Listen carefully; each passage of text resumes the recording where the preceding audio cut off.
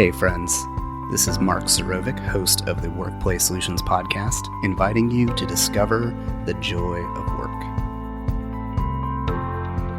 All right, Chris. that was super, I don't know what, let me try that again. All right, how you doing, Chris? I'm doing very well. I am here today with Chris Spinks of SpinksPro, and we are doing part 2 of our small business stories episode with Chris sharing his entrepreneurial journey, which is a word I have trouble saying. So It's a tough one. All right, I got another card from this deck here. Worst airplane or airport experience? I've flown in a plane probably 4 times in my life by choice. I don't like being in confined spaces. I know you don't like heights, which is ironic considering you're spending half of your day on a ladder. Yeah, probably 50% of my day is either on a ladder or at height, what OSHA would consider at height, Yes. which is 6 feet. As someone who has hired SpinksPro to do pressure washing and gutter cleaning, I am aware that Chris follows all OSHA recommendations. That's right. So OSHA, if you're listening, you got Yes. nothing on this guy. Yeah. Come on out, OSHA. Wait, I probably shouldn't say that. No, you don't. You don't taunt. Tom Brady learned that. Don't taunt OSHA. Yeah. Tom Brady, in one of his last games, was on a podcast and mentioned that he's always trash talking and never gets a penalty for unsportsmanlike conduct until the referees heard that interview. That's and right. immediately flagged him the first time he mouthed off. And it might have been minuscule, Yeah. but it was enough. It was enough. Anyway. So I'll retract my statement about OSHA. So airport or airplane, or you can say travel experience if you don't have a good airplane one. So I have one. It involves me, but it mostly involves my wife. Okay. We are departing Hartsfield-Jackson Airport in Atlanta, and she gets motion sickness super easy. So we are in the plane on the tarmac, and we're just stopping and starting. And starting. If she can't see what's going on, that's what makes her motion sick. This is going on for probably 20 minutes of just kind of moving back and forth and side to side. We finally make it to the air, but she's just not recovering. We make it to Jamaica, and we immediately get on one of these buses, and it takes us through the countryside to Ocho Rios in Jamaica. So we're following down these mountainous roads. We finally get to Ocho Rios, and she's thrashed. Like it's just not happening. I'm laughing because I would be that person. I get so motion sick. The culmination point is we make it to the hotel. I literally have to carry her into the room, lay her in the bed, and go down to the gift shop because I didn't have any like motion sickness pills. Like we didn't bring that with us. Make it to the gift shop and get whatever their motion sickness pill is. Yeah. And she's laid out for hours of our honeymoon. Like she's not non-functioning. We learned pretty quick that if we're going to go on vacation, it's going to have to be regional where we can drive, or it's probably not going to happen. I'm going to change the one I was going to share. I was on vacation, and I was there with my wife and my older daughter, Peggy, and it was one of those pirate adventure show things where you're on this big brig pirate ship experience, and they're doing a show and everyone's dressed like pirates, but it's a boat. And the seas were rough enough that the boat just side to side, and I just got so motion sick. And it just like they had a children's area where kids like that didn't want to pay attention to the show could draw with crayons and things, and I went and just like laid down on the table.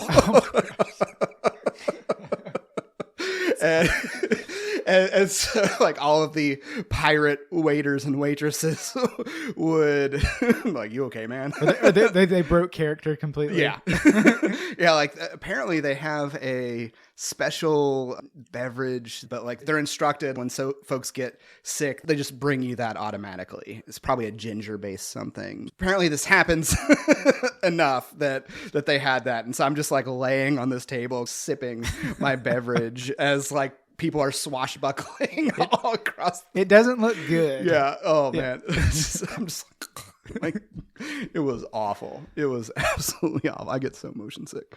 When I used to do ropes course trainings, there's a ropes course event called the Giant Swing, and it's like a giant playground swing. And in training, like, I just, even as a trainer, I'd be like, "Oh, you guys can do it," because it would just ruin me for the day. So I think your direct quote is "not me." Yeah, Chris, you've been in those trainings. I've been in those trainings. I'm also a not me, so I get it. Who wants to climb up 80 feet in the air with claws? Not me. One thing I do appreciate, though, Chris and I had this conversation maybe a year back, that it meant a lot to me that some of the things that I trained you actually could use in your career now. Absolutely. And that, I was honored when you told me that. Mm-hmm. So I just absolutely. wanted, it was nice to go, oh, I actually helped somebody. Yeah. It was in there somewhere. Yeah. All right. So we are talking with Chris Spinks of SpinksPro, hearing some of his story and wisdom as a small business owner and how he got there. So we finished last episode with a conversation about going through the pandemic. Let's transition from the story of your business in this episode to what advice you would have for other people. Let's take someone who is stuck in a job that they hate. What are some things they should consider before going the entrepreneurial route? Sure. Or give some advice for folks that have a crappy job that are considering, maybe I should do my own thing. Sure. You'll have to excuse me. This is like a passion point for me. The gurus, the people that you guys listen to on Facebook and YouTube and all the books, like, they make all this sound so sexy. Mm-hmm. And starting a small business from zero is not sexy at all. So if you have inclinations of doing that and you think you're going to be the next guy, you might want to temper those for the time being. Unless your network is just a bunch of hedge fund venture capital. Exactly. Right. I say that with a heart of, can you do that? Can you start a business from zero and do something really interesting and fun? Yeah, absolutely. It just doesn't happen overnight. When people call me or ask me, how do you do this? Where do you start? To your point, I work a job that I'm not really interested in anymore, and I want to do something that's purely mine. You have to have an idea of where you're heading. What do you actually want to do?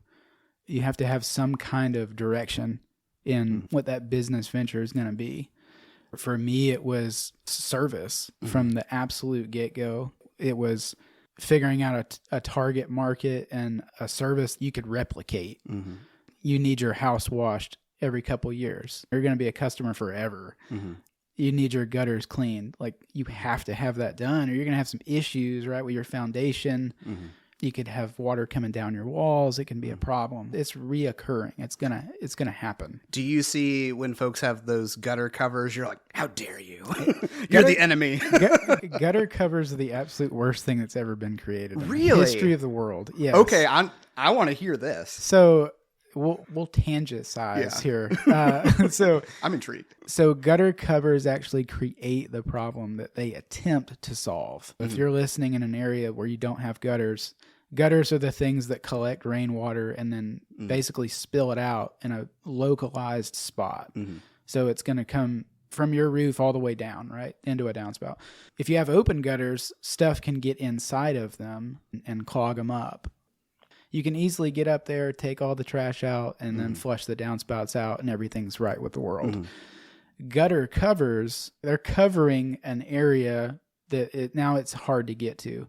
So years and years go by, and you don't know that you have an issue, and they can be packed with years and years of stuff. So now you have to remove the cover, which takes time and labor. You have to, and then take all the stuff out, and you have to put them back, and putting them back is a complete pain. It's basically deinstallation and installation of them again. which is super labor intensive. So long story short, yeah, they're awful. Okay.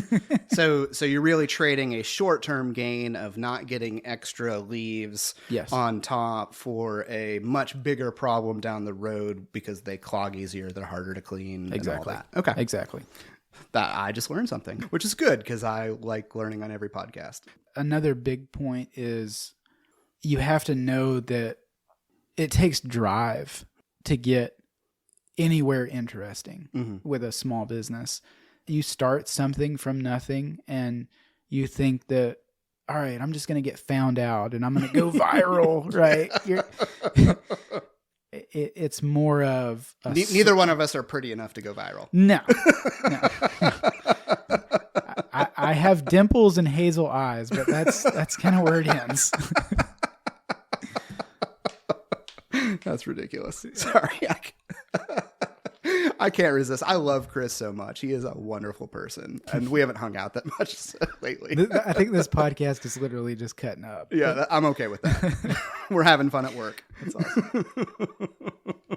Yeah, one of the fun things about owning your own business is you can direct your time. I know we're getting a little off topic. Oh, yeah. I have the say to say, I would like to do this. This is an opportunity that I can do, or I can shift and do something fun and interesting over here, and it's okay. I manage my time so that I can do stuff like this. You know, it's meaningful. And to the point we were talking about earlier, it's not a meeting to say that we had a meeting and, you know, take arbitrary notes on something that's probably never going to happen in the first place. But I digress. Yeah. I was telling Chris before we started recording that one of my favorite things about running my own business is it meant there was no garbage meetings. So if I scheduled a meeting, it's because I thought I needed one. One of my pandemic hobbies, if there was a meeting that was less effective, I'll be polite. If there was a meeting that was less effective, I would just put my earbuds in and walk around the neighborhood because I knew there was no action items or notes or anything. And it kept me very fit, but it wasn't productive. And that's a different set of issues. That's right. Afterwards. So in the first episode, you mentioned talking with your accountant and really getting an idea of how the financials will work. What are some of the other things you had to learn that you didn't know when you started? So yeah, to that point, I can read a balance sheet. I can read a profit and loss statement. But what does it actually say? What does it mean? You know, where is it heading? I'm really blessed, lucky, whatever you want to call it. One of my best friends is my CPA. If you want to thank him by name, that's allowed. John Rogers, you're the man. Right. Yeah, we can have candid conversations about numbers and what does that mean? And can I make this purchase on this large piece of equipment? Playtime's over when you start talking about these multiple... Do I need to buy this truck? You know? Right. You don't want to get the answer wrong on that one. Exactly. Knowing the numbers and knowing what to charge. Going back to the question you asked me earlier, for somebody starting a new business, it's how much do you need to make? How much do you have to charge to do whatever you're doing to make it make sense? A lot of folks don't realize that the cost of doing business, it's not what you charge. Like, so if you charge $100 to do anything, you don't get to walk home with $100. Right? What? Yeah. And it you do when they clears in the bank account, but that doesn't stay very long. No, it doesn't. And guys that want to start, even in the niche market of pressure washing, you can start that on the side, right? And you can wash houses for $100. And I say go for it. You might find, hey, this is my start and I'm going to grow and I'm going to get bigger, better. And that's great. But what you will find very, very quickly is that $100 gets eaten up in gas and oil and bleach and, you know, forbid that you burn somebody's plants. If you're going to fix Miss Johnson's Japanese maple that you burned, it's going to cost you several $1,000s. So now we're talking about a totally different game. when you talk about what you're charging, how you need to price jobs to stay in business, not just for profit, but to actually operate to the next job. You have to charge appropriately. You have to actually know what those numbers are. Just having a CPA that you can bounce stuff off of is huge. If you're going to start a business, if you're listening to the sound of my voice right now, before you do anything else, have a team of professionals that you're going to need them. Yeah. Right? If you're starting a business today, you need a attorney that's going to help you. You need a CPA that's going to help you. I highly recommend not starting a business that's going to be operational and taking money from people in exchange for a service or a product without having a team of professional people that can walk you through this stuff. Insurance person. Insurance, all of that. Yeah. Because the cost of those professionals, you're going to pay, but you can jump to the next level by having those guys or gals in your corner versus trying to figure that stuff out on your own. And you can make a mistake and it can set you back. Yeah, that was one of my realizations when I was starting was, yes, am I great at social media yet? No. If I make a mistake in marketing's important, your brand matters, but a mistake in a social media post, as long as it's not like like vile, is different than, you don't have a business license. Yes. That's a different type of mistake. I agree with what Chris is saying 1,000%.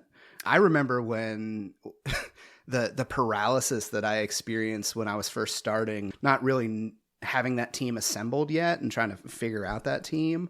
And I don't think linearly, so I think of just how things relate to each other. So I remember like going to send an email. I'm like, what's my font? Right.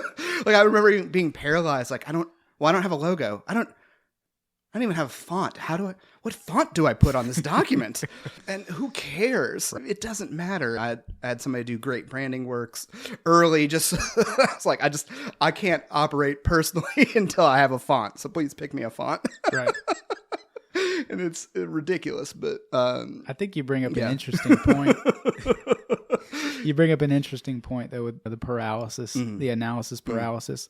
If you check out the disc profile, you can share where you stand on that. But for me, where are you on the disc, Chris? I'm hanging in the C. Define what that means on disc. If you're not familiar with disc, it's a short form. It's a personality type of thing that shows where you are in terms of something that's happening around you. That's the way I think of it. Yeah.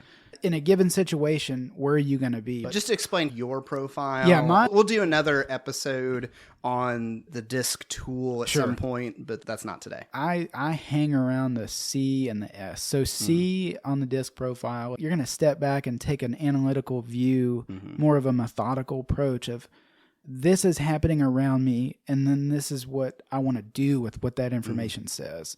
And then the S is more people driven. You're going to take care of the folks around you. In most situations, I'm going to view the data and then I'm going to try to take care of the folks around me. We have time for 2 more questions. We love to spin the wheel of embarrassing moments. What is what is a story of professional failure or blunder that you are comfortable with sharing, and what did you learn from it? So it doesn't have to be your worst failure. I do have one. So it's my first metal roof wash. Okay. For you folks listening in podcast land, we wash roofs. So the first one that I ever did was Galvalume. Now, Galvalume is not something that you can put a strong chemical on. When you do it, it will flash oxidize, which means it will turn a Is Galvalume a type of metal? Galvalume's a type of metal, and it's typically going to be silver in color. Okay. I'm washing this roof.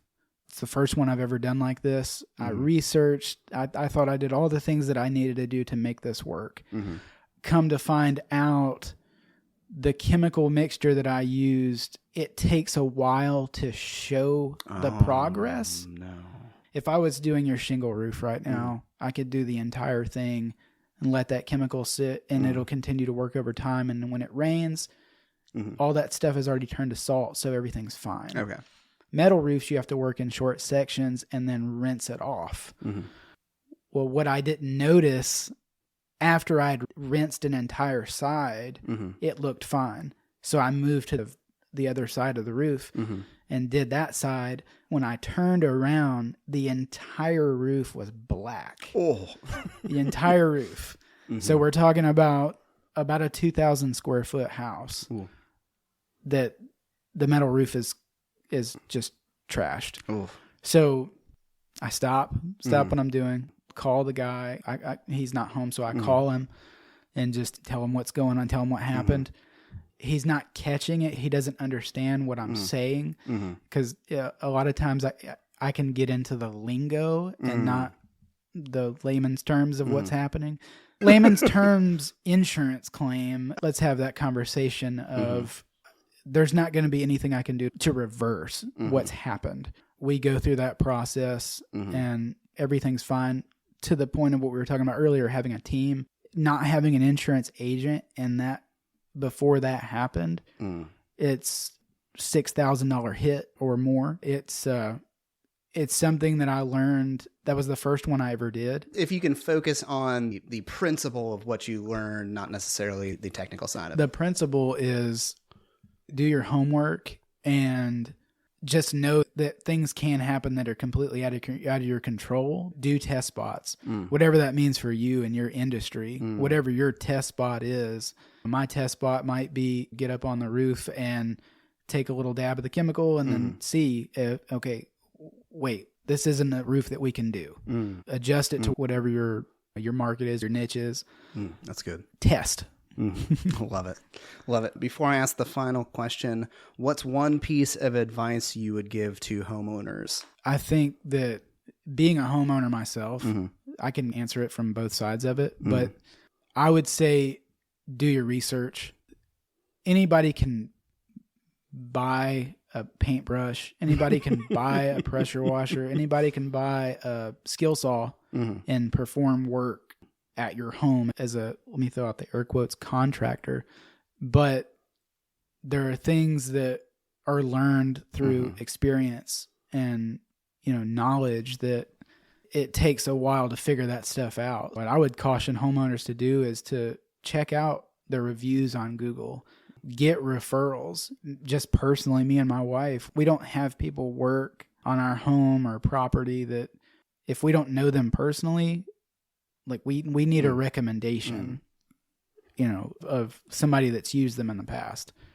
Definitely get quotes from different contractors, but meet the lowest price is not always the best. No, absolutely Rarely is. I would say meet with the contractor that's going to do the work.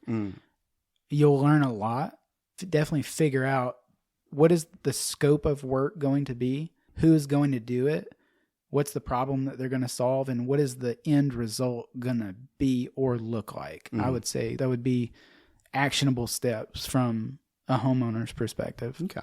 And I think one of the things that Chris does a great job of doing on social media is showing side-by-side comparisons of folks who didn't know what they were doing and with clients that you have inherited from someone else doing it wrong. And it's a stark comparison seeing when it goes wrong and what it looks like versus what you're able to do. I always see those and I'm just like, wow. Yeah. Final question is one of my favorites. What's something I didn't ask you that you want to answer? We may have hit on it, but in terms of pricing, there's a lot more to it than just getting a price from somebody of throwing out random numbers. This is going to cost $150. What is the detailed scope of service? When you say you want a price for X, Y, and Z, I want to specifically be able to break it down. That way it's not all jumbled together. And like a house wash is going to cover these things, but it's not going to cover these things. In a traditional house wash, you have organic matter getting removed. That is the entire goal of a basic house wash. So we're heading into spring. starting to get calls from folks that want to get things ready for graduation parties and all this stuff.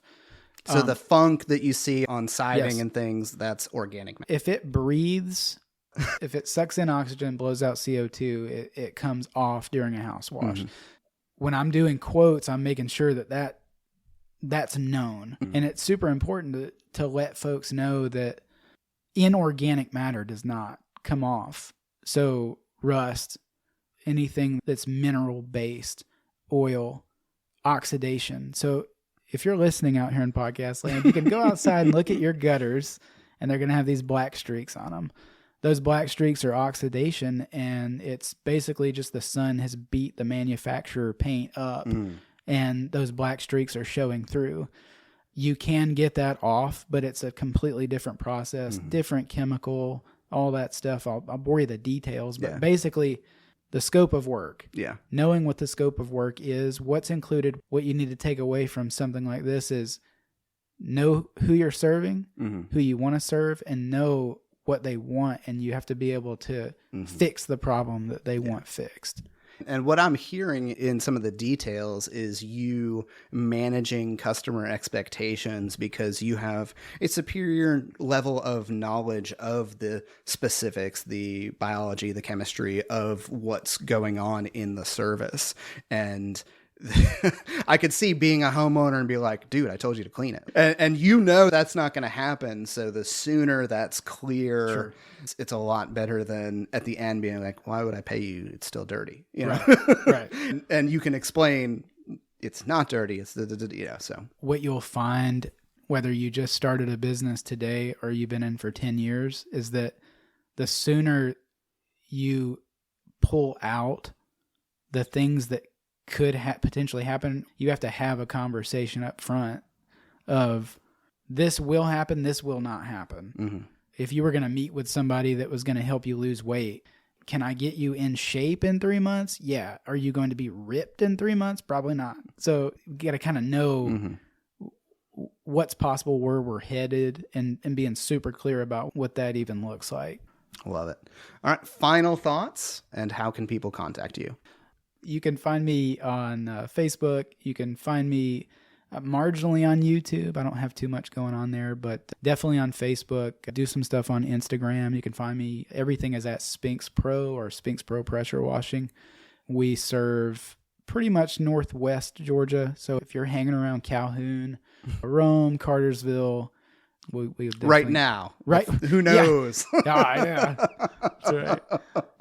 That's right. Yeah, if you're listening to this and you'd like a job, feel free to reach out. And in all seriousness, love to continue to grow.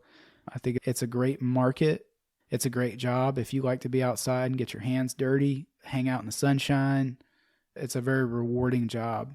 You get a chance to meet a lot of cool people, and what can be better than making something clean and making something dirty clean? That's like the best thing in the whole world. Love it. Man, I love hanging out with Chris and seeing folks who are thriving and love what they do, and am so thankful for your journey. And I know it hasn't been an easy journey we've talked about. Yeah. Anything else you want to add before we go? I think just taking it back full circle, it's literally find out what you want to do and figure out a way to get there. There definitely are going to be some days where it's tough. If you think it's going to be super duper easy, it's going to be disappointing for you. You have to enjoy the days that are sunny and gorgeous and everything is going right, but you also have to embrace the days that are challenging. Those days are definitely going to come, but it's keeping that vision on where you're heading and what you want, and being happy with what you do and being proud of what you do. Stand behind what you do and just be proud that you're providing something that other people would benefit from. Beautiful. All right. Thank you, Chris. My guest today on part 2 of our episode has been Chris Spinks of SpinksPro. If you need pressure washing, soft washing, or any of those things, SpinksPro does fantastic work. And so thank you, Chris. Thank you, Mark. All right. Bye-bye. Life is way too short for work to suck. So if you want help to build your team, train your team, or manage your team, we're here. Come see us at workplaysolutions.com. Thanks for listening to the podcast.